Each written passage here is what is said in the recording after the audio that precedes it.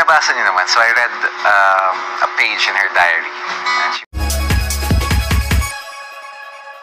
Paolo Abilino nagsalita na at handang panagutan kung sakali nga po talagang buntis etong si Janine Gutierrez.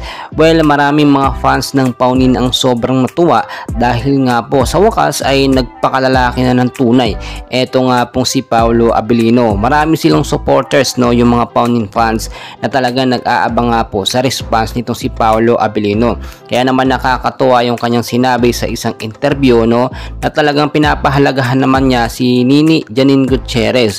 Yung ilang taon po kasi na pinagsamahan nila, hindi rin po biro yun. At talagang nakita naman natin marami silang pinagdaanan. Sobra silang hinangaan ng mga fans. Yung mga movie na pinagsamahan nila ay hindi rin naman pwedeng masira ng basta-basta. Alam nyo naman na si Paolo Abilino, no, ay may anak din sa ibang babae.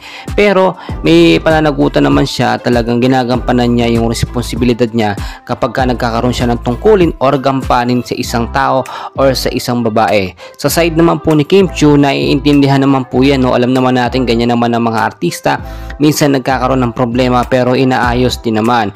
Pero nakakatuwa dahil syempre bibihira yung ganitong lalaki na talagang tumatanaw ng kanyang responsibilidad. Kung sakaling na-disgrasya niya o nabuntis na si Janine Gutierrez, wala naman po problema yun.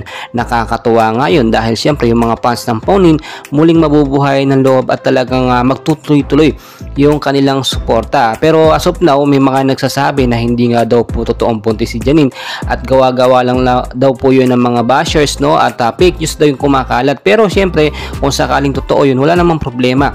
At nakikita naman natin na responsableng tao or tatay itong si Paolo Abilino. Pananagutan niya po yun kung sakali talagang totoong buntis si Janine Gutierrez. Patuloy ko po kayo i-update. Please huwag kalimutan mag-like and subscribe. Maraming